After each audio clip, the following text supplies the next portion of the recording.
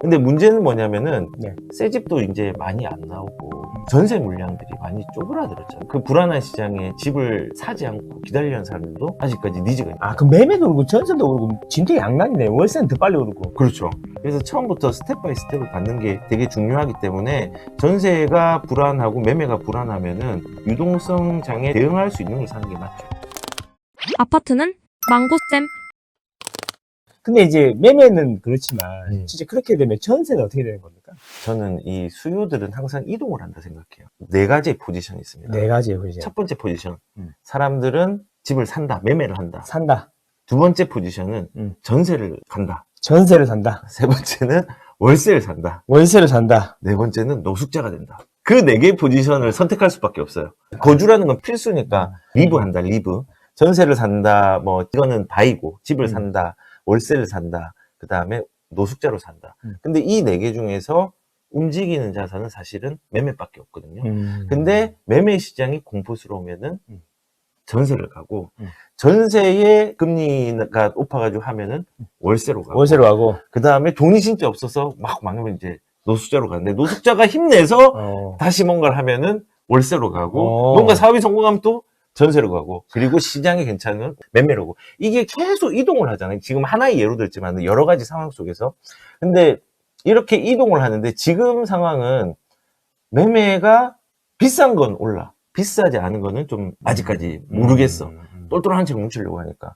집은 사고 싶은데 정치적 불확실성이 있어요. 그러니까는 집을 우선은 안 사려는 사람들이 있는 거예요. 근데 문제는 뭐냐면은 네. 새 집도 이제 많이 안 나오고 그 전세 물량들이 많이 쪼그라들었잖아요. 그런 그 불안한 시장에 집을 사지 않고 기다리는 사람들도 아직까지 니즈가 있는 거예요. 왜냐면 심리적으로 매매를 하겠다보다 기다리겠다는 사람도 꽤 많거든요. 아직까지 집 오른다는 네. 사람보다는 내린다는 사람이 더 많아요. 그렇죠. 그래서 이제 전세를 선택을 하는 사람들이 많은데 물량이 작아.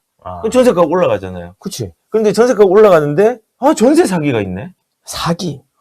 전세 사기 이슈가 또 계속 있었잖아요. 네, 그쵸. 그래? 전세 부담스러운데. 월세로 갈래. 음. 뭐 그런 게 또 이제 이렇게 순환이 되는 거. 그래서 지금은 매매에서 전세 수요와 이제 월세 수요들이 조금 많이 생긴 부분들도 있고, 심리적인 부분들이 좀 작용을 했다는 생각도 첫 번째 들고, 그리고 계약갱신 청구권을 좀 쓰는 사람도 좀 있는 것 같긴 해요. 많죠? 예, 그래서 그것 때문에 수급 조절이 좀 안 된다라는 생각도 있고, 그다음 또 대출 규제가 좀 심해지니까, 뭐 매매보다는 임차로 가자라고 하는 수요도 있다라는 생각이 조금 듭니다. 그래서 전세가 많이 오른다는 거죠? 그렇죠. 수급 불균형이 일어나는 거죠. 그럼 매매도 오르고 전세도 오르고 진짜 양난이네. 월세는 더 빨리 오르고. 그렇죠. 거기 잘못하다가 이게 이 박사님의 노숙자 이론을 따라가는 거 아닙니까? 근데 그래서 제가 매매를 살았는데 움직이는 자산 그거 하나밖에 없다는 거예요. 매매밖에 없다는 거고, 난 강남을 못 사는데 아까 말했잖아요. 스텝 바이 스텝 디딤판을 삼는 집을 사서 가는 거예요.